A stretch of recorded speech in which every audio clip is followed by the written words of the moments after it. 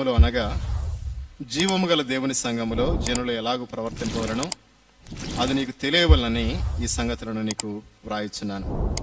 ఆ సంఘం సత్యమునకు స్తంభమును ఆధారమునై ఉన్నది. చిన్న ప్రార్థన చేసుకుందాం. దయచేసి ఎవరు వెళ్ళిపోవద్దు. పరిశుద్ధుడైన ప్రియ ప్రభువా, మీ ఘనమైన నామమును బట్టి స్తుతిస్తున్నా. ఉదయకాలం ఆరాధనలో మీరు చేసిన సహాయానికి వందనాలు. తిరిగి మీ వాక్యాన్ని ధ్యానం చేయడానికి మీ పాసన్నిధికి వచ్చాం. మాతో మీరు మాట్లాడండి. మీ వాక్యాన్ని శ్రద్ధగా వినటానికి కృప దయచేయండి. వాక్యం ప్రభువా జీవితాల్లో ఫలింపులకు తీసుకుని రమ్మని మీ కరుణ హస్తాలకు మళ్ళీ సమర్పించుకుంటూ యేసుక్రీస్తు దివ్యనామంలో స్తుతించి ప్రార్థిస్తున్నాము తండ్రి, ఆమేన్. ఉదయకాలం మన అంశం ఏంటంటే జీవము గల దేవుని సంఘం. జీవము గల దేవుని సంఘం. ఒకసారి బొడిచెర్లు వెళ్తే బాలేసన్న వాళ్ళ చర్చి పేరు ఇది, జీవము గల దేవుని సంఘం. మనం కర్మేలు ప్రార్థనా మందిరం అని పెట్టుకున్నాం కదా, అలాగా అన్న జీవము గల దేవుని సంఘం అని రాయించుకున్నాం. బాగుంది అది కదా. ఉదయకాలం కొన్ని విషయాలు మనం ఆలోచించేద్దాం. ముందుగా మందిరము, సంఘం, వీటి మధ్య ఉన్న వ్యత్యాసం కూడా మనకు అర్థం కావాలి. మందిరం అన్నది ఒక భౌతికమైనటువంటి కట్టడం. ఇప్పుడు ఈ బిల్డింగు దీన్ని ఏమంటామంటే మందిరం అంటాం, లేక ఆలయం అనొచ్చు, లేకపోతే గుడి అనొచ్చు, లేకపోతే దేవాలయం అనొచ్చు, లేకపోతే చర్చ్ అనొచ్చు. ఇలా రకరకాల పేర్లతోటి పిలువబడుతుంది. సమూయేలు 2వ గ్రంథంలో 7వ అధ్యాయంలో దావీదు మనసులో ఒక ఆలోచన వచ్చింది. అదేంటంటే దేవుని నామ ఘనత కొరకు ఒక మందిరాన్ని నిర్మించాలి. దావీదు కాలంలో అది నిర్మించబడలేదు, కానీ దావీదు కుమారుడైన సొలొమోను కాలంలో మందిరం నిర్మించబడింది. కాబట్టి మందిరం అంటే భౌతికమైన కట్టడమే అన్నది మన మనసులో పెట్టుకోవాలి. రెండవ మాట సంఘం. సంఘం అన్నది పరిశుద్ధుల యొక్క సహవాసం. ఎవరైతే యేసుక్రీస్తు రక్తములో తమ పాపాలు కడుక్కుంటారో, నీతిమంతులుగా తీర్చబడతారో, వారందరూ కలిపి దాన్ని ఏమంటామంటే సంఘం అంటాం. కాబట్టి మందిరము, సంఘము రెండు ఒకటే కాదు. సంఘము అంటే ఇది దేవుడు సంపాదించుకుంది. అపోస్తల కార్యం 20వ అధ్యాయం చూడండి. అపోస్తల కార్యం 20వ అధ్యాయం 28వ వచనం. దేవుడు తన స్వరక్తం ఇచ్చి సంపాదించిన తన సంఘం. కాబట్టి సంఘం కొరకు దేవుడు స్వరక్తం ఇచ్చాడు అని చూస్తాం. కొరింథీయులకు రాసిన మొదటి పత్రిక 1వ అధ్యాయం 2వ వచనంలో కూడా ఈ మాటలు మనం చూస్తాం. కొరింథీయులకు రాసిన మొదటి పత్రిక 1వ అధ్యాయం 2వ వచనం. కొరింథీలోనున్న దేవుని సంఘమునకు అనగా క్రీస్తు యేసునందు పరిశుద్ధపరచబడిన వారై పరిశుద్ధులుగా ఉండుటకు పిలువబడిన వారికిని మనకును ప్రభువుగా ఉన్న మన ప్రభు అయిన యేసుక్రీస్తు నామమున ప్రతి స్థలములో ప్రార్థించు వారికి అందరికీ శుభమని చెప్పి వ్రాయండి.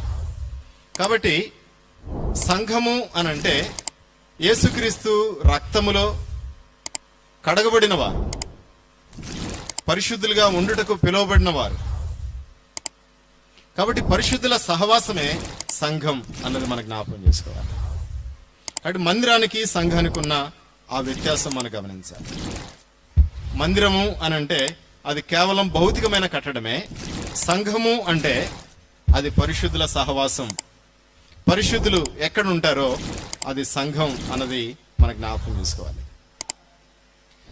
ఈ సంఘానికి అనగా పరిశుద్ధుల సహవాసానికి, పరిశుద్ధుల గుంపుకు శిరస్సు ఎవరు అనంటే ప్రభు అయిన యేసుక్రీస్తు.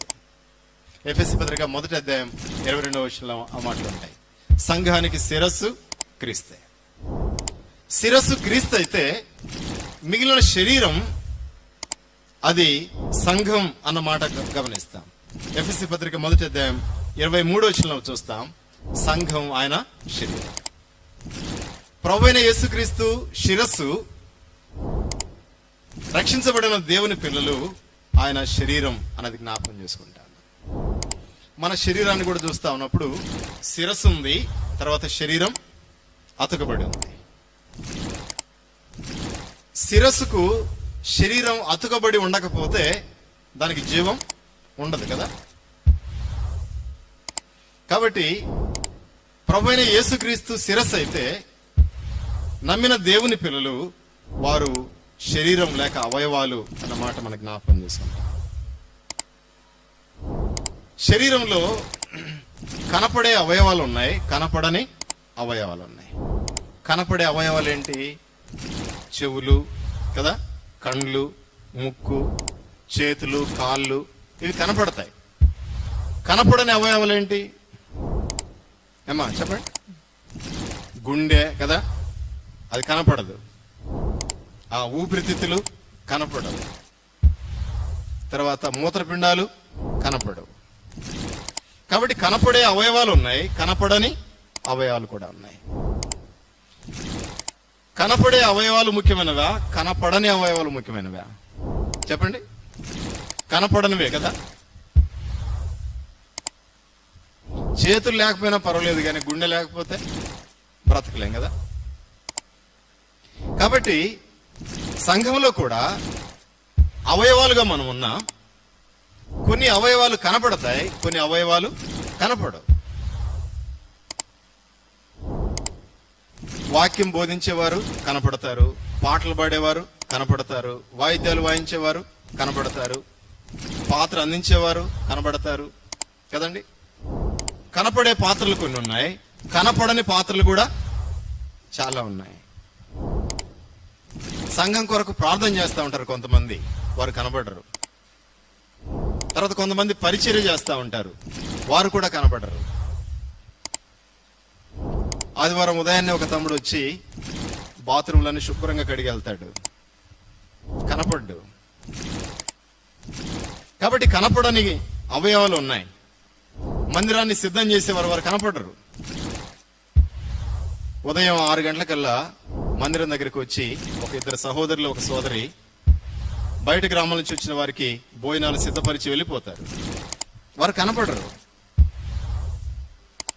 ఉదయకాలం మనం అర్థం చేసుకోవాల్సింది ఏంటంటే, కనపడే వారి కంటే కనపడని వారు ఘనమైన పరిచర్య చేస్తారు. వారి పరిచర్య చాలా గొప్పది. వారు తెర వెనక ఉండి పనిచేస్తా ఉన్నారు కాబట్టి సంఘం క్షేమాభివృద్ధి నుంచి ముందుకు సాగుతుంది అనేది మనకు జ్ఞాపకం చేసుకోవాలి.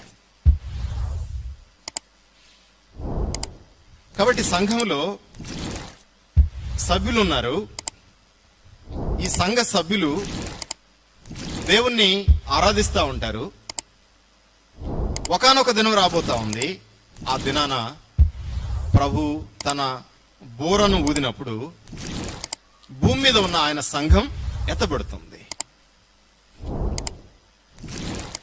దశలోనికై రాసిన మొదటి పత్రిక 4వ అధ్యాయం 16వ వచనం చూస్తాం. ప్రభు దూత బోర మోగించినప్పుడు ఆకాశ మండలానికి వెళ్ళిపోతాం. సంఘం ఎత్తబడుతుంది. సంఘం ఎత్తబడుతుంది. ప్రభుతో సదాకాలం సంఘం ఉండబోతుంది. ఈనాడు భూమి మీద సంఘం ఉంది, దేవుని పిల్లలు ఉన్నారు. కానీ ఒకానొక దినం రాబోతా ఉంది. ఆ దినాన సంఘం ఎత్తబడుతుంది. కొంతమంది అంటున్నారు మాదే ఎత్తబడే సంఘం అంటున్నారు. అంటే కట్టగట్టుకొని వాళ్ళ సంఘంలో ఉన్న వారు మాత్రమే పైకి పోతారంట. అలా కాదు. సార్వత్రిక సంఘంలో వారు ఏ సంఘానికి చెందిన వారైనా, బ్రదరన్ సంఘానికి చెందిన వారైనా, భక్త సింగ్ సహవాసానికి చెందిన వారైనా, పెంతెకోస్తు వారైనా, బాప్టిస్ట్ వారైనా, లూథరన్స్ వారైనా, ఆర్సిఎం వారైనా, ఏ సంఘంలో ఉన్నా ప్రభువైన యేసుక్రీస్తునందు విశ్వాసం ఉంచి వారి పాపాలు ప్రభు దగ్గర ఒప్పుకొని రక్షించబడిన అనుభవం ఉంటే వారు ఎత్తబడతారు. మిగిలిన వారందరూ భూమి మీద విడబడతారు. కాబట్టి ఇందాక మనం చెప్పుకున్నాం, సంఘము అంటే దేవుడు తన స్వరక్తం ఇచ్చి కొనుక్కున్నది. అది పరిశుద్ధులుగా ఉండుటకు పిలువబడిన వారు. సంఘం అన్న మాట గ్రీక్ లో ఎక్లేషియా అనే పదం నుంచి వచ్చింది. ఎక్లేషియా అంటే they are called out people, set apart, వారు ప్రత్యేకించబడిన వారు. యేసుక్రీస్తు రక్తములో తమ పాపాలు కడుక్కొని రక్షించబడిన వారు అని అర్థం. ఈ ఉదయకాలం మనకు అర్థం కావలసిన ఒక స్పష్టమైన సంగతి ఏంటంటే, అమ్మా నిద్రపోయే వాళ్ళు లేండి, ఒక స్పష్టమైన సంగతి ఏంటంటే, మందిరానికి వచ్చే వారందరూ కూడా సంఘ సభ్యులు కాదు. కర్మేలు ప్రార్థనా మందిరానికి వచ్చే వారంతా కూడా సంఘ సభ్యులు కాదు. సంఘ సభ్యులు ఎవరు అనంటే, ఎవరైతే యేసుక్రీస్తును తమ స్వంత రక్షకునిగా అంగీకరించారో వారు మాత్రమే సంఘ సభ్యులు.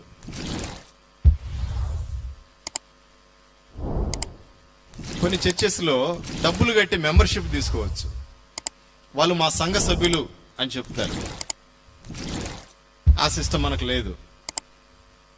ఒకవేళ అలా డబ్బులు కట్టి ఆ సంఘంలో సభ్యుడు అయినా నీకు రక్షించబడిన అనుభవం లేకపోతే భూమి మీద విడవబడతావు. ప్రేమతో మరొకసారి జ్ఞాపం చేస్తా ఉన్నాను. 10 మంది కన్యకలు ఉన్నారు కదండి. వారిలో 5 మంది బుద్ధి గలవారు, 5 మంది బుద్ధి లేని వారు. బుద్ధి గల కన్యలు ఎత్తబడ్డారు, బుద్ధి లేని కన్యలు విడిచిపెట్టారు. కారణం ఏంటంటే సిద్ధపాటు లేదు. అనేక సార్లు సువార్త మీ దగ్గర తీసుకొని వస్తా ఉన్నప్పుడు సార్ కూడా చక్కని పాట పాడాడు కదా, రక్షించబడకపోతే నరకము తప్పదు, విడిచిపెట్టబడటం తప్పదు. కాబట్టి ఉదయకాలం చాలా స్పష్టంగా మనం జ్ఞాపకం చేసుకుందాం. దేవుని సంఘం ఎత్తబడే రోజు అతి సమీపంగా ఉంది. ప్రపంచ చరిత్ర చూడండి, పేపర్లు చదవండి, టీవీలు చూడండి, ప్రపంచంలో ఏం జరుగుతుందో తెలుసుకోండి. ఇజ్రాయెల్ దేశంలో జరుగుతున్న పరిణామాలు మనం తప్పనిసరిగా వినాలి, చూడాలి. కారణం ఏంటంటే, ఇజ్రాయెల్ దేశంలో జరిగే పరిస్థితులు ప్రభు రాకడకు సూచనలు. ప్రభు రాకడ చాలా సమీపంగా ఉంది అన్న సంగతులు అర్థమవుతా ఉన్నాయి. అలాగైతే ఉదయకాలం ఒక సూటి ప్రశ్న, ఒకవేళ ప్రభు ఈ మధ్యాహ్న సమయంలో తన బూరను మోగిస్తే, తన బూరను ఊదితే ఎత్తబడతావా, విడిచిపెట్టబడతావా?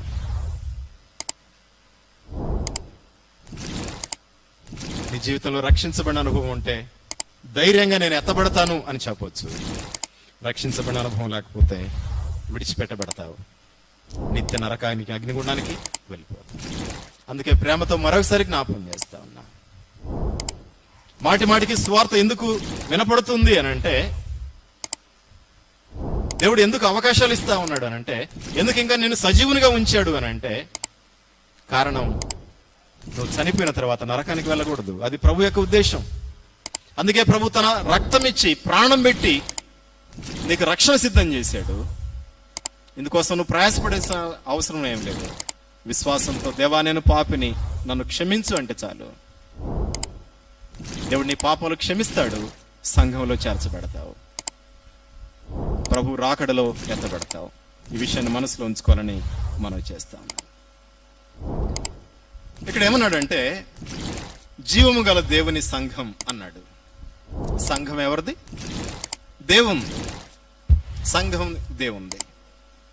అపోస్తల కార్యం 20:28 కూడా మనం చదువుకున్నాం. దేవుడు తన స్వరక్తం ఇచ్చి సంపాదించిన తన సంఘం, దేవుని సంఘం ఇది, తన సంఘం. సంఘానికి శిరస్సు ఆయనే, యజమాని ఆయనే, ఓనర్ ఆయనే. కాబట్టి సంఘం ఆయనది. సంఘం ఏ వ్యక్తిది కాదు, ఏ సంఘాన్ని, ఏ సంస్థది కూడా కాదు. తన స్వరక్తం ఇచ్చి ఆయన కొనుక్కున్నాడు.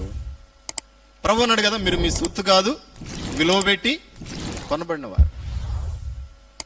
దేవుడు తన స్వరక్తం ఇచ్చి సంఘాన్ని కొనుక్కున్నాడు, ప్రాణాన్ని వెలగా చెల్లించి కొనుక్కున్నాడు. కాబట్టి సంఘం ఎవరిది? దేవుడు.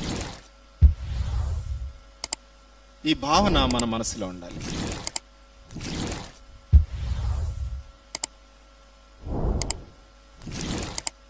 నాది సంఘం అని ఎవరు అనకూడదు. ఒకవేళ ఈ స్థలం నీ పేరు మీద రిజిస్ట్రేషన్ చేయబడినా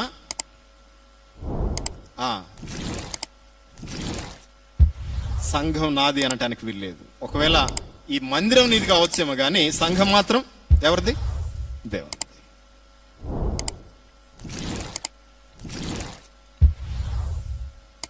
చాలాసార్లు ఈ మాట వింటా ఉన్నాను.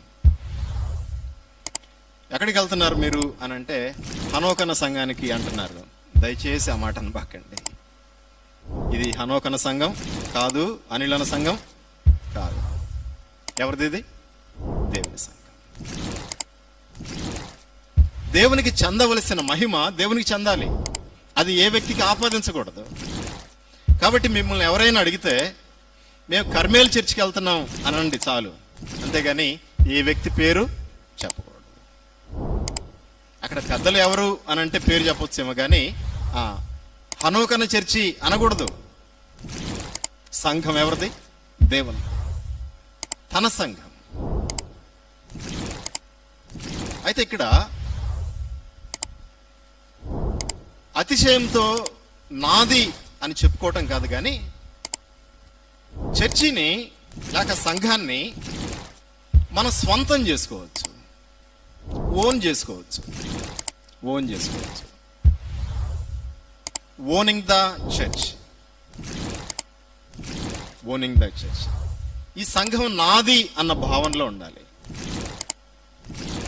ఈ సంఘం నాది అన్న భావన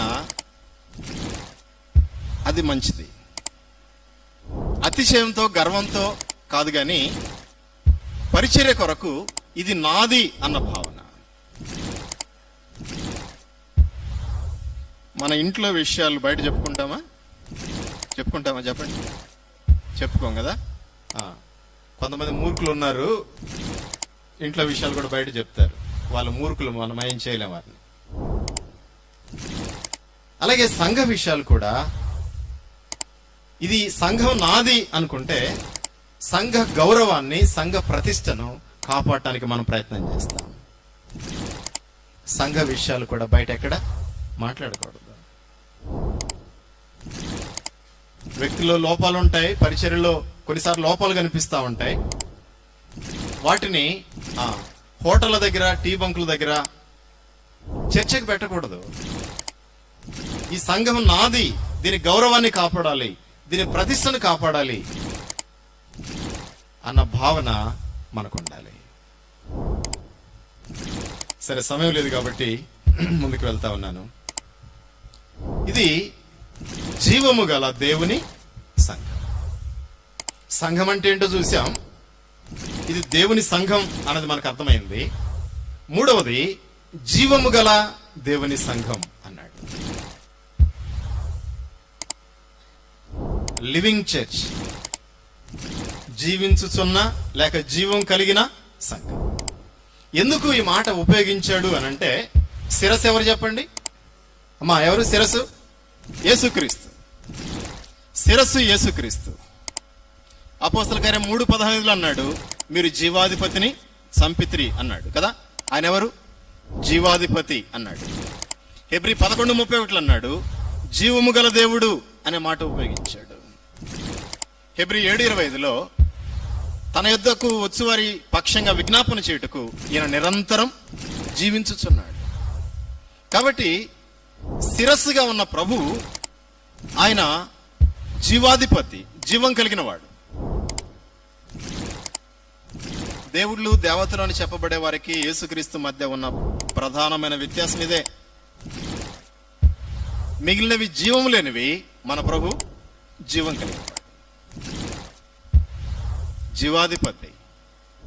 ఆయనే అందరికి ఊపిరిని, జీవమును దయచేయవాడు. కాబట్టి శిరస్సు జీవం కలిగింది అన్నది మనకు జ్ఞాపకం చేసుకోవాలి. జీవం కలిగిన వాడు కాబట్టి మనల్ని చూస్తాడు. మన ప్రార్థన వింటాడు. మనతో మాట్లాడతాడు వాక్యం ద్వారా. కాబట్టి జీవం కలిగిన ఒక వ్యక్తి ఏం చేస్తాడో మన ప్రభు కూడా అవన్నీ చేస్తాడు. కాబట్టి శిరస్సు జీవం కలిగింది. మన పాప విమోచన కొరకై సిలువలో ఆయన చనిపోయిన మాట వాస్తవమే. చనిపోయి అలాగే ఉండిపోలేదు, కానీ మరణాన్ని జయించి తిరిగి లేచాడు. ఇప్పుడు నిరంతరం జీవించేవాడు. మరణం ఆయన బంధించి ఉంచుట అసాధ్యం. కాబట్టి జీవాధిపతి, జీవం కలిగిన ప్రభు మనకు శిరస్సుగా ఉన్నాడు అన్నది జ్ఞాపకం చేసుకుంటాం. సంఘం శరీరం అని చెప్పబడింది కదా, అనగా పరిశుద్ధుల సహవాసం. ఆరాధనలో తమ్ముడు జ్ఞాపకం చేశాడు. ఎఫెసీ పత్రిక 2వ అధ్యాయం 1వ వచనం, మన పాపముల చేతను అపరాధముల చేతను మనం చచ్చిన వారై ఉండగా ఆయన మనల్ని క్రీస్తుతో కూడా బ్రతికించాడు. ఒకప్పుడు పాపంలో ఉండి చనిపోయిన వారమే, కానీ ఇప్పుడు బ్రతికించబడ్డాం.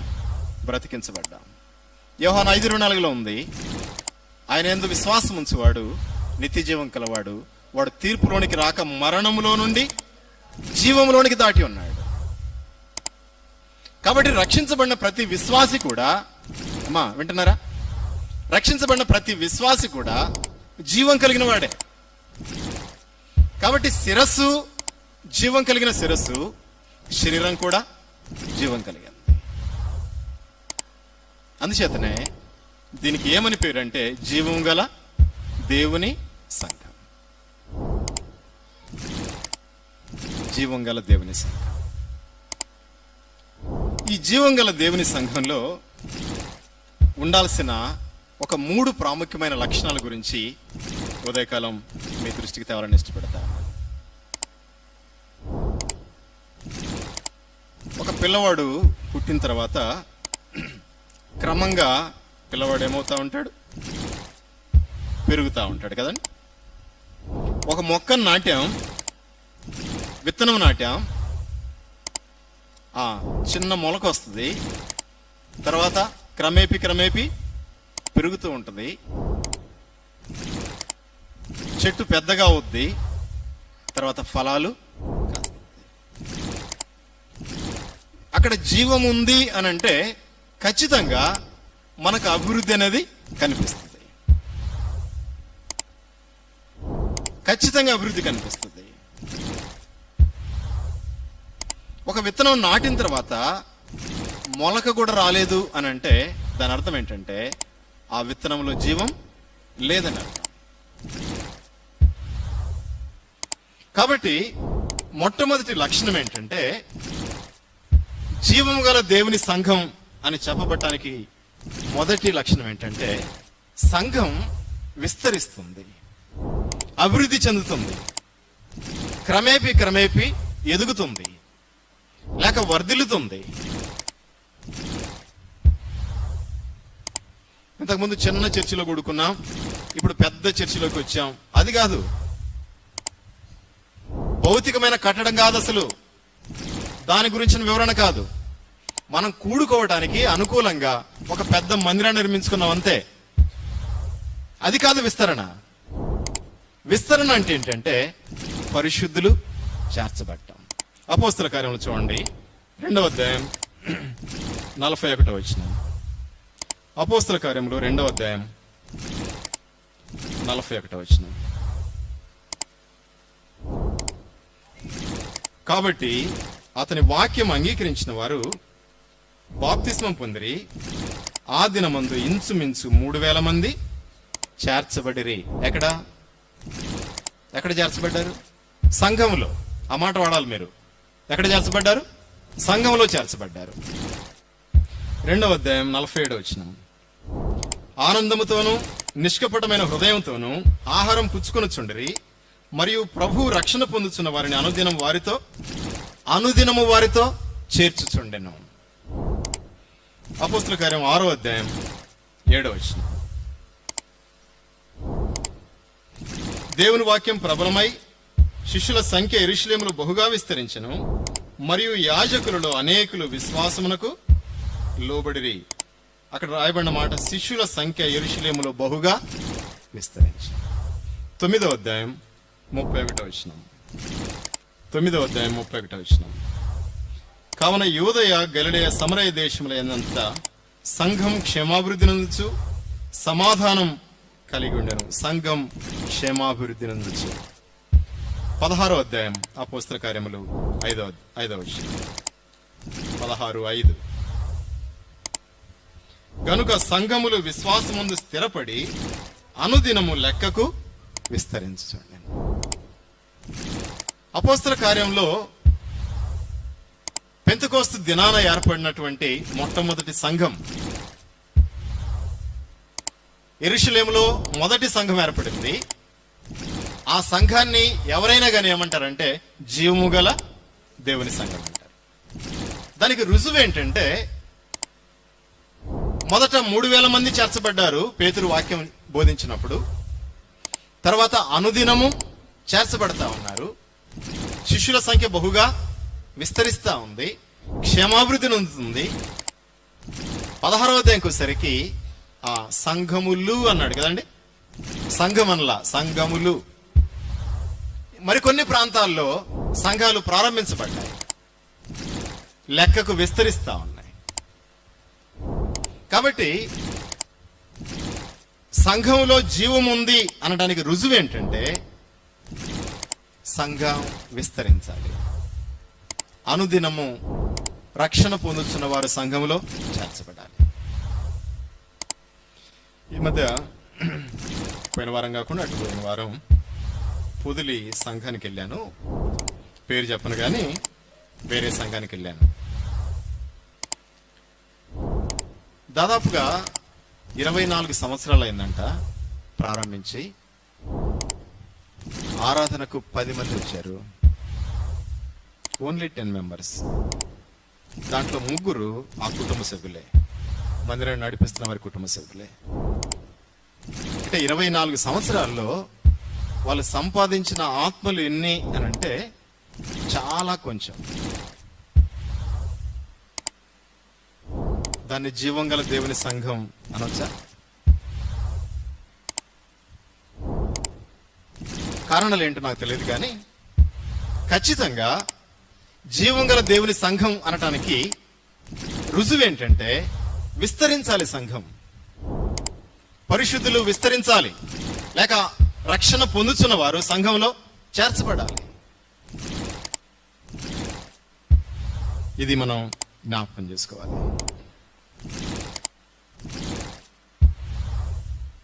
98వ సంవత్సరంలో 98 డిసెంబర్లో త్రిప్రాంతకంలో బ్రదరన్ అసెంబ్లీ ప్రారంభించబడింది. కొద్ది కుటుంబాలే ప్రారంభంలో ఉంది. అంత కలిసి ఒక 10-15 మంది కంటే ఎక్కువ లేరు. కానీ ప్రార్థన చేయగా, భారంతో పని చేయగా దేవుడు అనేక ఆత్మలను దేవుడు అనుగ్రహించాడు. సంఘం విస్తరించింది. ఇప్పుడు దాదాపుగా 150 నుంచి 200 మధ్యలో మనం కూడుకుంటా ఉన్నాం.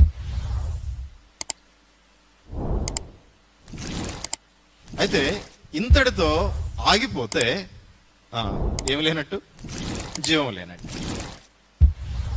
కాబట్టి జీవం గల దేవుని సంఘం అంటే అది నానాటికి విస్తరించాలి, నానాటికి విస్తరించాలి. అనుదినము రక్షణ పొందుతున్న వారు చేర్చబడాలి. అనుదినము రక్షణ పొందుతున్న వారు సంఘంలో చేర్చబడాలి అని అంటే మనం ఏం చేయాలి? సువార్త ప్రకటించాలి కదా, సువార్త ప్రకటించాలి. కాబట్టి సువార్త ప్రకటించాల్సిన భారం, బాధ్యత దేవుడు మన మీద ఉంచాడు. రోమాపత్రిక 10వ అధ్యాయం చూడండి. రోమాపత్రిక 10వ అధ్యాయం 13వ వచనం.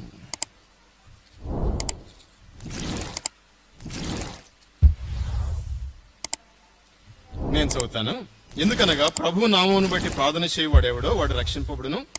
వారు విశ్వసింపని వానికి ఎట్లు ప్రార్థన చేయుదురు? వినని వారిని ఎట్లు విశ్వసించుదురు? ప్రకటించువాడు లేకుండా వారు ఎట్లు విందురు? ప్రకటించువారు పంపబడిన ఎడల ఎట్లు ప్రకటించుదురు? ఇక్కడ మనం ఈ సీక్వెన్స్ గమనిస్తే, ప్రార్థన చేసి కొంతమందిని పరిచర్య కొరకు సేవకులను పంపాలి, వారు ప్రకటిస్తారు. దేవుని వాక్యాన్ని వారు విన్న తర్వాత వారు విశ్వాసంతో ప్రార్థన చేస్తే వారు రక్షించబడతారు అన్న క్రమం ఇక్కడ రాయబడింది. కాబట్టి సువార్త వ్యాప్తిలో మన బాధ్యత ఉంది, రక్షించబడిన ప్రతి వ్యక్తి బాధ్యత ఉంది. గుర్తుపెట్టుకోండి, ఎవరో పంపబడిన వారి పని మాత్రమే కాదు ఇది. దేవుని వాక్యం చాలా స్పష్టంగా చెప్తా ఉంది, ఇది మనందరి బాధ్యతే, అందరి బాధ్యత. అపోస్తలుడైన పౌలు జీవితాన్ని మనం పరిశీలన చేస్తే సువార్త ప్రకటన అనేది ఆయన తన భాగ్యంగా ఎంచుకున్నాడు, తన బాధ్యతగా భావించాడు, అది భారంగా కూడా భావించాడు. దేవుడు నాకు అనుగ్రహించిన భాగ్యం అనుకున్నాడు. చదువుదామా? ఎఫెసీ పత్రిక 3వ అధ్యాయం 8వ వచనం చూడండి. ఎఫెసీలకు రాసిన పత్రిక 3వ అధ్యాయం 8వ వచనం.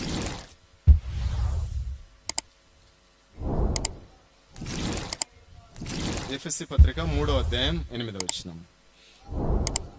నేను చదువుతున్నాను. దేవుడు మన ప్రభు అయిన యేసుక్రీస్తునందు చేసిన నిత్య సంకల్పం చొప్పున పరలోకములో ప్రధానులకును అధికారులకును సంఘము ద్వారా తన యొక్క నానా విధమైన జ్ఞానం ఇప్పుడు తెలియబడవాలని ఉద్దేశించి శోధింప శక్యము కాని క్రీస్తు ఐశ్వర్యమును అన్యజనులలో ప్రకటించుటకును సమస్తమును సృష్టించిన దేవుని యందు పూర్వకాలం నుండి మరుగై ఉన్న ఆ మర్మమును గురించిన ఏర్పాటు ఎట్టిదో అందరికీ తేటపరుచుటకును పరిశుద్ధులందరిలో అత్యల్పుడైన నాకు ఈ కృప అనుగ్రహించింది. అపోస్తలుడైన పౌలు సువార్త ప్రకటన తన భాగ్యంగా భావిస్తా ఉన్నాడు. అపోస్తలులందరిలో నేను అత్యల్పుణ్ణి, కానీ దేవుడు నాకు ఈ కృప ఇచ్చాడు. ఇది దేవదూతలకు ఉందా చెప్పండి? దేవదూతలకు లేదు. దేవదూతలు సువార్త ప్రకటిస్తారా? కాదుగా, లేదు లేదు. సువార్త ప్రకటన దేవుడు మనకి ఇచ్చినటువంటి భాగ్యం. It's a privilege.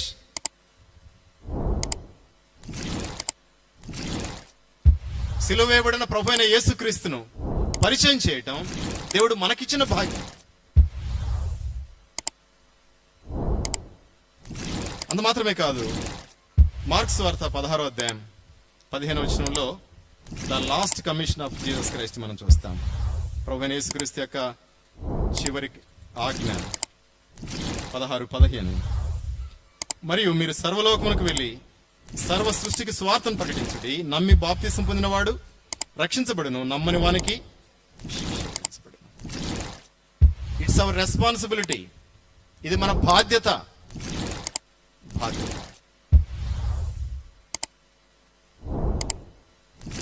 దేవుని ఆజ్ఞ కూడా ఇది కదా. It is not optional. చేస్తే చేయండి, లేకపోతే లేదు కాదు. డిఎస్సిలో టీచర్గా సెలెక్ట్ అయ్యాం, బడికి పోతే పోండి లేకపోతే లేదంటారా?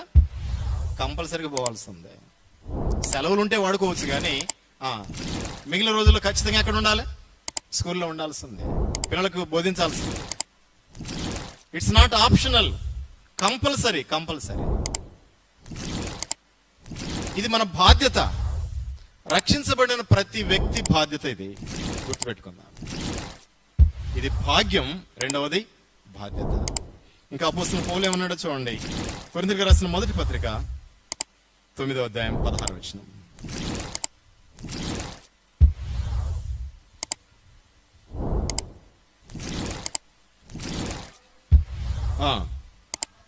నాకు అతిశయ కారణం లేదు, స్వార్థను ప్రకటించవలసిన భారం నా మీద మోపబడి ఉన్నది, నాకు శ్రమ. ఇక్కడ అంటున్నాడు, స్వార్థను ప్రకటించవలసిన భారం నా మీద మోపబడింది. ఈ భారం నా మీద మోపబడింది. ఆయన అన్నాడు, అన్ని జనులకును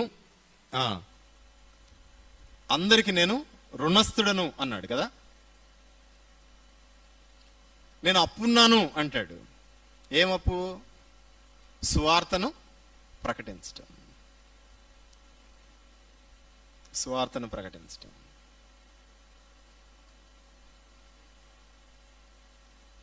కాబట్టి అపోస్తలుడైన పౌలు ఏమంటున్నాడు అంటే, సువార్తను ప్రకటించవలసిన భారం నా మీద మోపబడి ఉంది, సువార్తను ప్రకటించకపోతే నాకు శ్రమ. శ్రమలు ఎందుకు వస్తున్నాయి? ఎందుకు వస్తాయి చెప్పండి? సువార్తను ప్రకటించకపోయినా ఏమొస్తాయి? శ్రమలు వస్తాయి. మరి సువార్తను ప్రకటిస్తే ఆశీర్వాదం, అంతే కదండి. శ్రమలకు వ్యతిరేకం ఏంటంటే నెమ్మది, సమాధానం, ఆశీర్వాదం, ఆనందం. తెస్సలోనికీయుల మొదటి పత్రిక 2వ అధ్యాయం 19వ వచనంలో అపోస్తలుడైన పౌలు అంటాడు, ప్రభు అయిన దేవుని ఎదుట మీరే నా మెప్పు, మాకు మహిమ, మా ఆనందం మీరే అంటాడు. రేపు ప్రభు ఎదుట మనం నిలబడినప్పుడు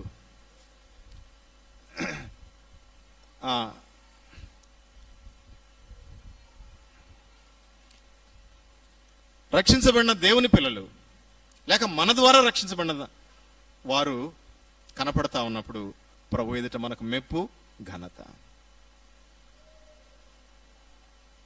ఈ సంవత్సరంలో ఎవరికైనా ఒక్కరికైనా సువార్త చెప్పావా? ఒక్కరినైనా మందిరానికి నడిపించి సువార్త వినిపించావా?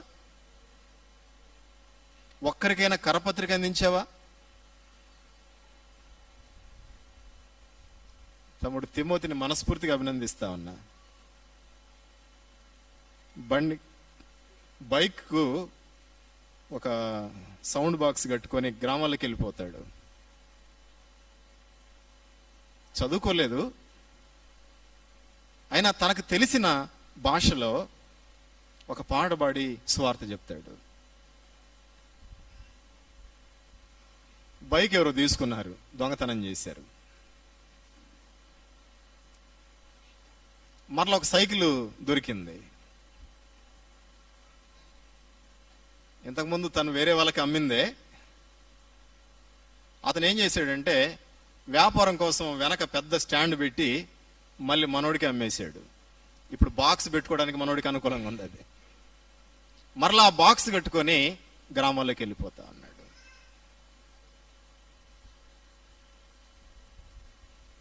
వాక్య జ్ఞానం పెద్దగా లేదు, కానీ యేసుక్రీస్తును ఎలా అంగీకరించాలో, ఒక వ్యక్తి ఎలా రక్షించబడతాడో ఆ విషయం స్పష్టంగా తెలుసు.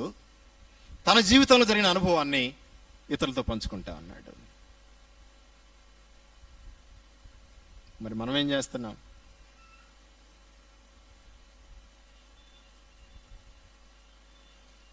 ఆఫీసుల్లో చెప్తా ఉన్నామా? చాలా విచారకరం. కొంతమందికి నేను యేసుక్రీస్తుని నమ్ముకున్నాను అన్న విషయం మన ఆఫీసులో ఎవరికి తెలియదు, మనం పనిచేసే చోట ఎవరికి తెలియదు. చెప్పడానికి మనకు భయం. సోదరి సోదరులారా, నువ్వు స్వార్థ ప్రకటించకుండా ఆత్మలు ఎలా రక్షించబడతాయి? నీ సాక్ష్యాన్ని పంచుకోవచ్చు, ఒక కరపత్రిక అందించవచ్చు. వాక్యం చెప్పలేకపోతే వాక్యం చెప్పగలిగిన వారికి తీసుకొని రావచ్చు. లేక నీ జీవిత సాక్ష్యం వారి కనుల ఎదుట కనబడతా ఉన్నప్పుడు ప్రభువైన యేసుక్రీస్తుని వారు అంగీకరించడానికి అవకాశం ఉంది. నేను కొన్ని దినాల నుంచి ఆలోచన చేస్తా ఉన్నా. బయట గ్రామాల్లో సువార్తకు వెళ్తా ఉన్నాం, కానీ స్థానికంగా సువార్త ప్రకటించలేకపోతా ఉన్నాం.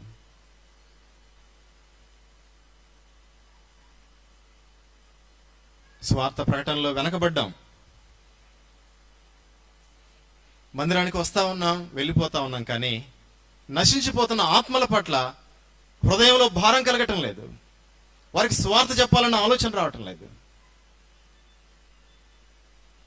జీవం గల దేవుని సంఘం అది నాటికి నాటికి విస్తరిస్తూ ఉంటుంది. ఆత్మలు చేర్చబడతాయి.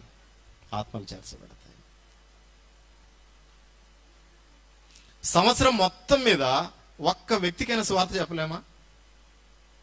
ఒక్క వ్యక్తినైనా మందిరానికి నడిపించలేమా?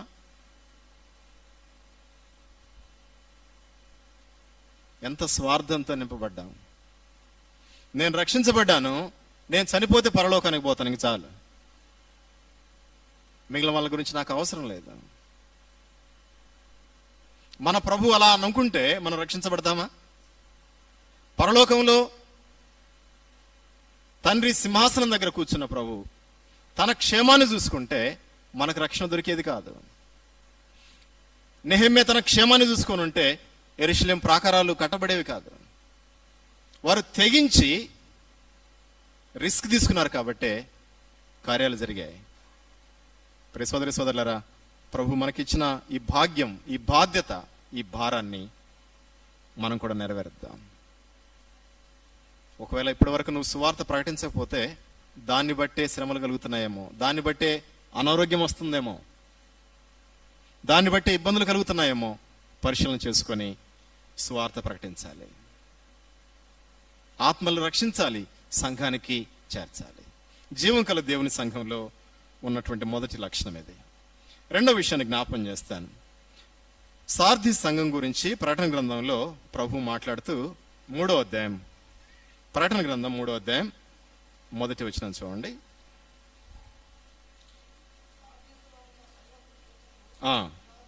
ఇలాగు వ్రాయము, చెప్పు సంగతులు ఏమనగా, నీ క్రియలను నేను ఎరుగుదును. ఏమనగా, జీవించుచున్నావన్న పేరు మాత్రం ఉన్నది కానీ నీవు మృతుడవే. పేరుకు మాత్రం జీవిస్తున్నావు కానీ నువ్వు మృతుడవే. ఇక్కడ సంఘం ఇది అనగా దేవుని పిల్లలతో ఉన్నటువంటి సమూహం, పరిశుద్ధుల సహవాసమే, రక్షించబడిన వారి సమూహమే. కానీ పేరుకు మాత్రం జీవిస్తా ఉన్నారు కానీ వారు ఎలా ఉన్నారు? మృతులుగా ఉన్నారు. దానికి కారణం ఏంటో కింద రాశాడు 2వ వచనంలో, నీ క్రియలు నా దేవుని ఎదుట సంపూర్ణమైనవిగా నాకు కనబడలేదు కనుక జాగరూకుడవై సావనై ఉన్న మిగిలిన వాటిని బలపరచు. సావనై ఉన్న మిగిలిన వాటిని అంటే ఆల్రెడీ కొన్ని ఏమయ్యాయి? చచ్చాయి. కొన్ని జీవం లేకుండా అయిపోయాయి. మిగిలిన కొన్ని ఉన్నాయి, కనీసం వాటినైనా చావకుండా స్థిరపరచు అంటున్నాడు. ఇదేం తెలియజేస్తుందంటే మన క్రియలలో పరిశుద్ధత తెలియజేస్తుంది. జీవం గల దేవుని సంఘం అని అంటే అది పరిశుద్ధమైన సంఘం అన్నది మనం జ్ఞాపకం చేసుకోవాలి. మన ప్రభువైన యేసుక్రీస్తు సంఘం కొరకు తను తాను ఎందుకు అప్పగించుకున్నాడు అని అంటే ఎఫెసీ 5:20 రాయబడి ఉంటుంది, ఎటువంటి కలంకమైనను ముడత అయినను మరి అట్టిది ఏదైనను లేక కదా పరిశుద్ధమైనదిగా తన ఎదుట నిలబెట్టుకోవాలి. కాబట్టి సంఘంలో జీవం గల దేవుని సంఘం అని చెప్పడానికి ప్రాముఖ్యమైన లక్షణం ఏంటంటే సంఘంలో ఏం కనపడాలి? పరిశుద్ధత కనబడాలి, హోలీనెస్ కనబడాలి. దశలోనికలు రాసిన మొదటి పత్రిక 4వ అధ్యాయం చూడండి. దశలోనికలు రాసిన మొదటి పత్రిక 4వ అధ్యాయం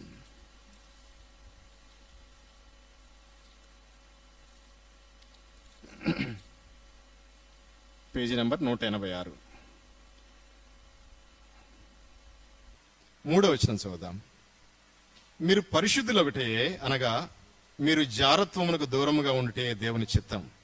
మీలో ప్రతి వాడును దేవుని ఎరుగని అన్యజనుల వలె కామాభిలాష ఎందు కాక పరిశుద్ధత ఎందును ఘనత ఎందును తన తన ఘటమును ఎట్లు కాపాడుకొనవలెనో అది ఎరుగుండుటే దేవుని చిత్తం.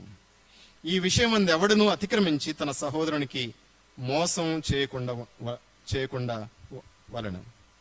ఎందుకనగా మేము పూర్వం మీతో చెప్పి సాక్ష్యం ఇచ్చిన ప్రకారం ప్రభు వీటన్నిటి విషయమై ప్రతిదండన చేయవాడు. పరిశుద్ధులు అగుటకే దేవుడు మనల్ని పిలిచిన గాని అపవిత్రులుగా ఉండుటకు పిలవలేదు. చాలా స్పష్టంగా చెప్తా ఉన్నాడు. సంఘములో ఉండాల్సింది టాప్ ప్రయారిటీ ఏంటంటే పరిశుద్ధత. పరిశుద్ధత, జారత్వానికి దూరంగా ఉండటం అది దేవుని చిత్తం అంటున్నాడు. వివాహం కాకముందు చేసేది జారత్వం అయితే వివాహం తర్వాత చేసేది వ్యభిచారం. ఈ 2 విషయాలు చాలా స్పష్టంగా చెప్తున్నాడు. దేవుని పిల్లల జీవితాల్లో జారత్వం కానీ, లేక వ్యభిచారం కానీ, లేక కామాభిలాష కానీ ఉండటానికి వీల్లేదు.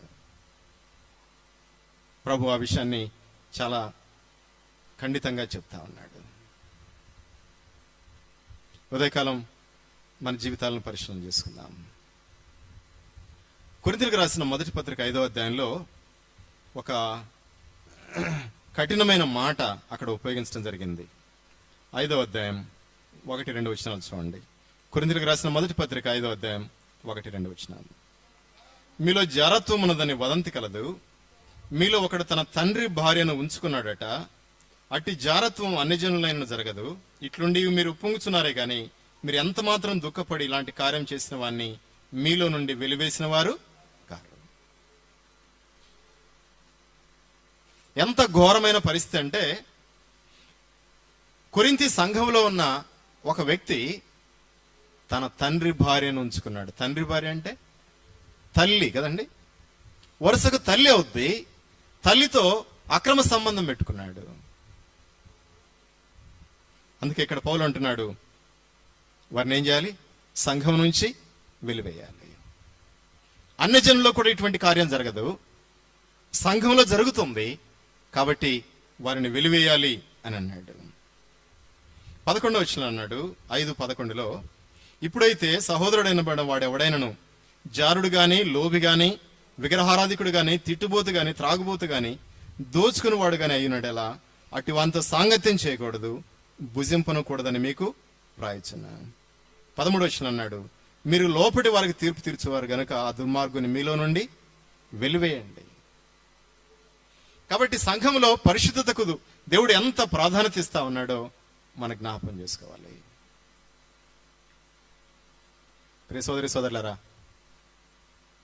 ప్రసంగ గ్రంథం 5:1 కూడా జ్ఞాపకం చేశాడు, నువ్వు దేవుని మందిరానికి పోన్నప్పుడు నీ ప్రవర్తన జాగ్రత్తగా చూసుకో. దేవుని మందిరానికి వస్తా ఉన్నప్పుడు, సంఘంలో కొనసాగుతా ఉన్నప్పుడు పరిశుద్ధత విషయంలో రాజీ పడకుండా ఉండాలి. కామాభిలాష ఎందుకు కాక తన ఘటమును ఎలా కాపాడుకోవాలో అది తెలుసుకోవటం దేవుని చిత్తం అని జ్ఞాపకం చేస్తా ఉన్నాడు. ఇందాక మనం జ్ఞాపకం చేసుకున్నాం, శిరస్సు ఉంది, శరీరం ఉంది. శరీరం దేన్ని బట్టి నడుచుకుంటుంది చెప్పండి? శిరస్సును బట్టే కదా. మన మెదడు నుంచి ఏ సంకేతాలు వస్తాయో దాన్ని బట్టి శరీరం స్పందిస్తుంది. కాబట్టి సంఘంలో పరిశుద్ధత కనబడాలి అనంటే శిరస్సైన ప్రభువైన యేసుక్రీస్తుకు సంపూర్ణంగా లోబడాలి, నిరంతరం సంబంధం కలిగి ఉండాలి. శిరస్సును అనుసరించి లేక వాక్యానికి అనుసరించి ప్రార్థనాపూర్వకమైన నిర్ణయాలు తీసుకుంటూ పరిశుద్ధత కాపాడుకోవాలి. సంఘంలో చాలా ప్రధానమైన అంశం పరిశుద్ధత అనేది మనం జ్ఞాపకం చేసుకోవాలి.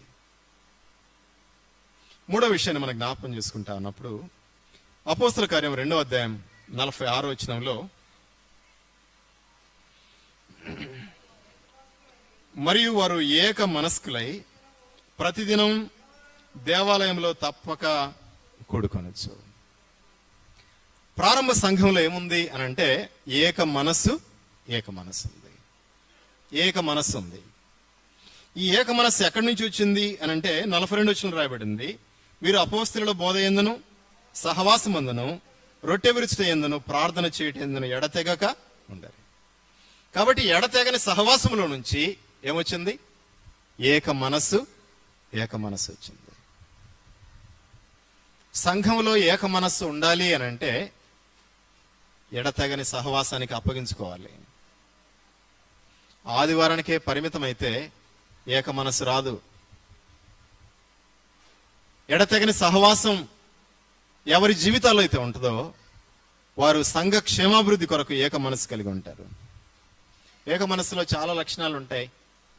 ఏక మనస్సులో ప్రేమ ఉంటుంది, క్షమాపణ ఉంటుంది, ఇతరులను యోగ్యులుగా ఎంచుకోవటం ఉంటుంది, అభినందించడం ఉంటుంది, ప్రోత్సహించడం ఉంటుంది, సరిచేయటం ఉంటుంది.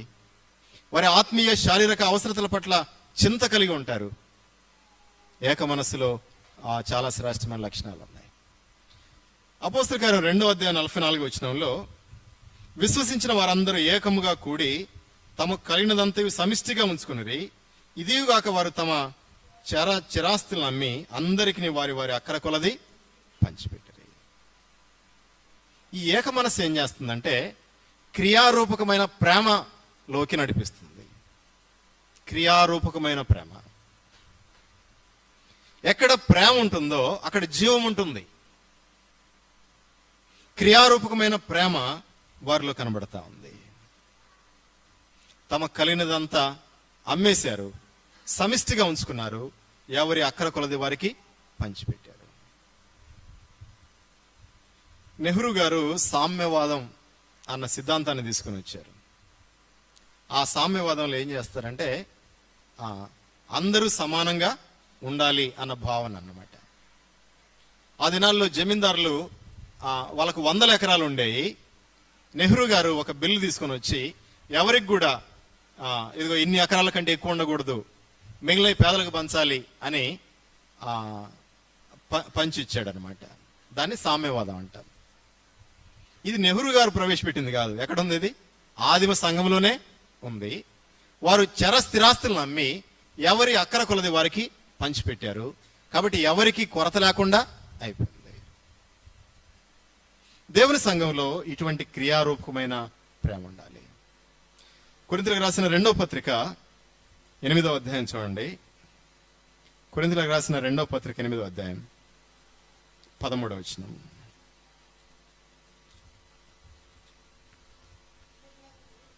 ఇతరులకు తేలిగ్గాను మీకు భారముగాను ఉండవాలని ఇది చెప్పట్లేదు కానీ హెచ్చుగా కూర్చుకున్న వారికి ఎక్కువ మిగలేదనియు తక్కువగా కూర్చున్న వారికి తక్కువ కాలేదనియు వ్రాయబడిన ప్రకారం అందరికీ సమానముగా ఉండు నిమిత్తం ప్రస్తుతమందు మీ సమృద్ధి వారి అక్కరకును మరి ఒకప్పుడు వారి సమృద్ధి మీ అక్కరకును సహాయమై ఉండవాలని ఇలాగూ చెప్తుంది. ఇశ్రాయేలు ప్రజలు అరణ్యయాత్రలో కొనసాగుతా ఉన్నప్పుడు మన్నా కురిసింది. ఎక్కువగా కూర్చున్న వారికి మిగలలేదు, తక్కువగా కూర్చున్న వారికి తక్కువ కాలేదు కదా, అందరికి సమానంగా సరిపోయింది.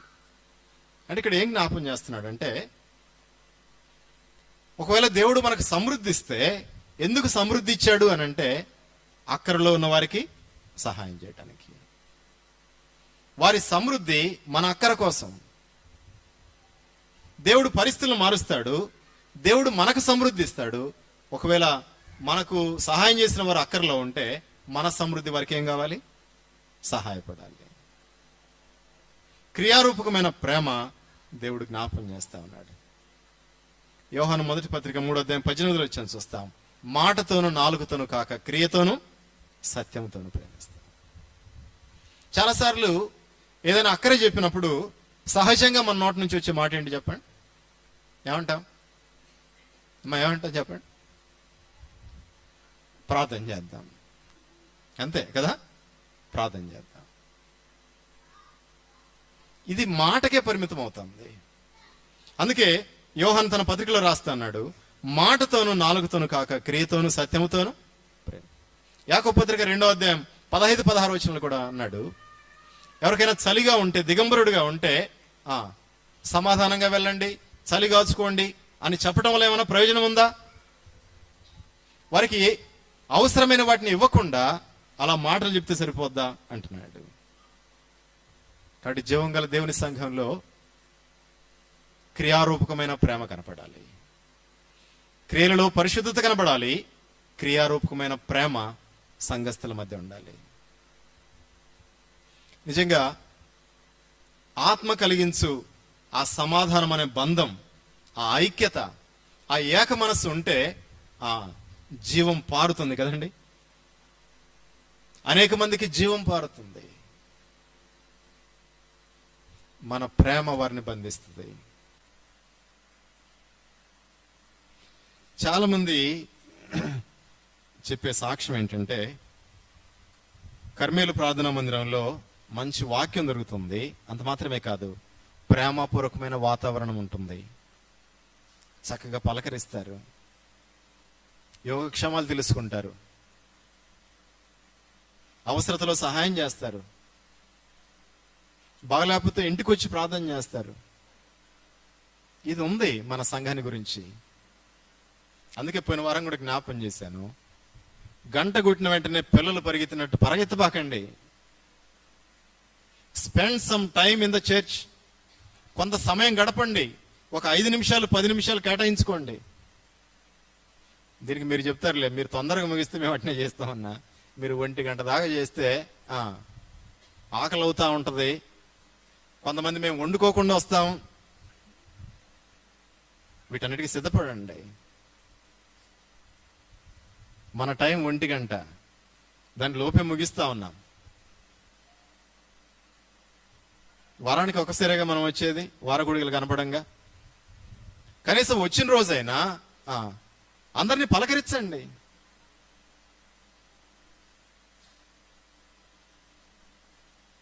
సామ్యూల్ జాన్ సార్ చూస్తే నాకు భలే సంతోషం వేస్తుంది.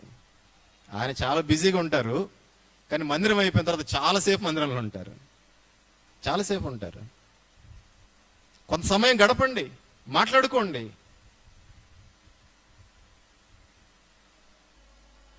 ఈ ప్రేమపూర్వకమైన వాతావరణం అది జీవం కలిగిన దేవుని సంఘానికి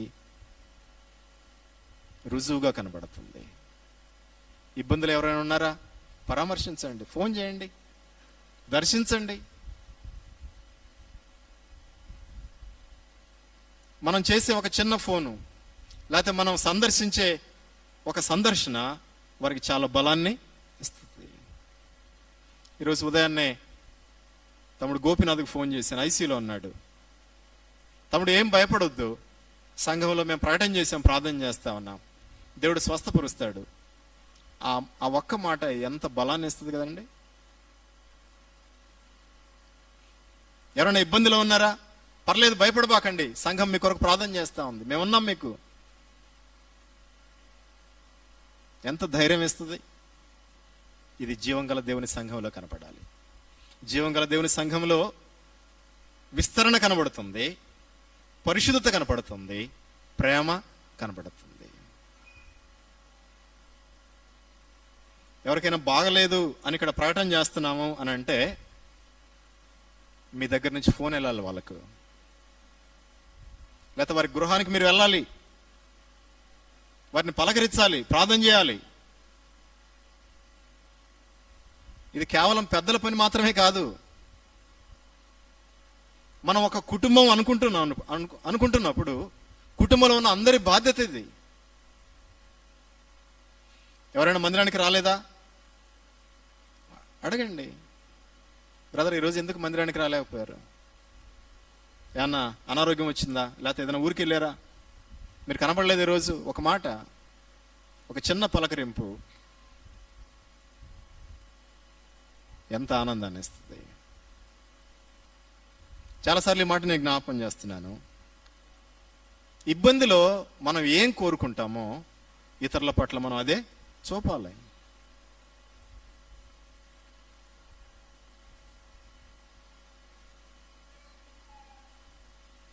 ఉదయకాలం ఆలోచించేద్దాం. జీవం గల దేవుని సంఘంలో ఈ లక్షణాలు కనబడతా ఉన్నప్పుడు ప్రభు ఎంత ఆనందిస్తాడు. తలలు వంచండి, ప్రార్థన చేద్దాం.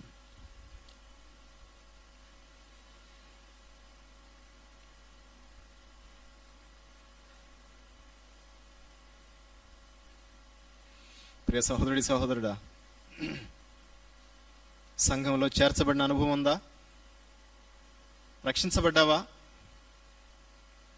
ఈ సంఘం ప్రభు దూత బూర మోగించిన వెంటనే ఎత్తబడుతుంది. ఈ మందిరంలో కూర్చున్న అనేక మంది వెళ్ళిపోతారు బూర మోగిన వెంటనే. ఉదయకాలం ఆ నమ్మిక నీకుందా?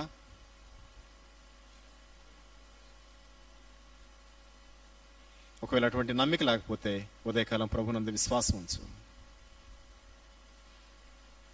సంఘం దేవునిది, ఏ వ్యక్తిది కాదు. ఇది శిరస్సు ఆయనే, ప్రాణం పెట్టింది ఆయనే, రక్తం ఇచ్చి కొన్నది ఆయనే. ఆయన సంఘం ఇది. దీన్ని తేలిగ్గా చూడొద్దు. సంఘాన్ని స్వంతం చేసుకుందాం. ఇది నాది, సంఘం నాది అనే భావనలో ఉందాం. చెప్పావా?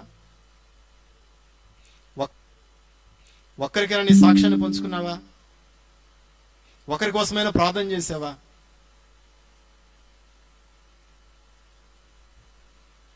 సువార్త ప్రకటించకపోవటమే నీ కుటుంబంలో శ్రమల కారణం. సువార్త ప్రకటించకపోవటమే నీ అనారోగ్యానికి కారణం. ఆలోచించేద్దాం. సంఘంలో పరిశుద్ధతకు దేవుడు పెద్దపీట వేస్తాడు. పరిశుద్ధ సంఘం ఇది. పరిశుద్ధతను ప్రభు ఆశిస్తా ఉన్నాడు.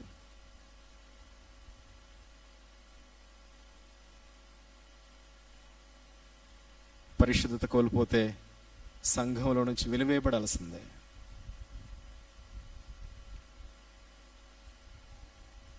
సంఘంలో క్రియారూపకమైన ప్రేమ కావాలి. మాటలతో చెప్పేది కాదు, క్రియల్లో కనబడాలి. ఆ ప్రేమ సమాధానం అనే బంధాన్ని ఇస్తుంది, ఏక మనసునిస్తుంది. అక్కర్లో ఉన్న వారికి సహాయం చేయడానికి మనసు కలిగిస్తుంది. స్వార్థంగా ఉండదు. ఉదయకాలం మనల్ని మనం పరిశీలన చేసుకుని ప్రభువుకు అప్పగించుకుందాం. పరిశుద్ధుడైన ప్రియ ప్రభువా, మీ ఘనమైన నామమును బట్టి స్తుతిస్తున్నా. ఉదయకాలం మీరు మా దృష్టి తీసుకొచ్చిన మీ వాక్య భాగాన్ని బట్టి వందనాలు. దేవా, మమ్మల్ని దర్శించండి. జీవం గల దేవుని సంఘం అన్న మాటని ఉదయకాలం జ్ఞాపకం చేసుకున్నాం. సంఘం కొరకు పరలోకం నుండి భూలోకానికి దిగి వచ్చి సంఘం కొరకు మీ స్వరక్తం ఇచ్చి ప్రాణం పెట్టి సంఘాన్ని కొన్నారు. అందును బట్టి మీకు వందనాలు చెల్లిస్తున్నాం. మీ నామందు విశ్వాసం ఉంచడం ద్వారా సంఘంలో మాకిచ్చినటువంటి ప్రవేశాన్ని బట్టి కూడా స్తుతిస్తున్నాం. దేవా, జీవం గల దేవుని సంఘంలో విస్తరణ ఉండాలని, పరిశుద్ధత ఉండాలని, క్రియారూపకమైన ప్రేమ ఉండాలని ఉదయకాలం మమ్మల్ని హెచ్చరించారు. సంఘంలో ఉన్న ప్రతి ఒక్కరం కూడా అటువంటి బాధ్యత తీసుకోవడానికి సహాయం చేయండి. మీ కృప దయచేయమని ప్రార్థన చేస్తున్నాను. ఉదయకాలం ప్రభువా, మీరు చేసిన ప్రతి విధమైన మేలును బట్టి వందనాలు చెల్లిస్తూ, ఆరాధనలో వాక్య పరిచర్యలో మీరు చేసిన సహాయానికి వందనాలు చెల్లిస్తూ, చేరు వచ్చిన బిడ్డలందరినీ బట్టి వందనాలు చెల్లిస్తున్నాం. అక్కర్లో ఉన్న వారిని జ్ఞాపకం చేసుకుని ఆదరించమని మీకు వందనాలు చెల్లిస్తూ యేసుక్రీస్తు దివ్యనామంలో స్తుతించి ప్రార్థించి మనం చేసి పెడుకుంటున్నాం తండ్రి. ఆమేన్. కూడిక ముగించబడింది. అందరికీ వందనాలు. దయచేసి యవనస్తుల కూడికి వెళ్ళండి. ఒక అరగంటలో ముగిస్తారు. వెంటనే వచ్చి మీరు భోజనం చేయొచ్చు. దయచేసి ఒకరినొకరు పలకరించుకొని వెళ్ళాల్సిందిగా కోరుతా ఉన్నాను. అందరికీ వందనాలు. సెలవు తీసుకుందాం.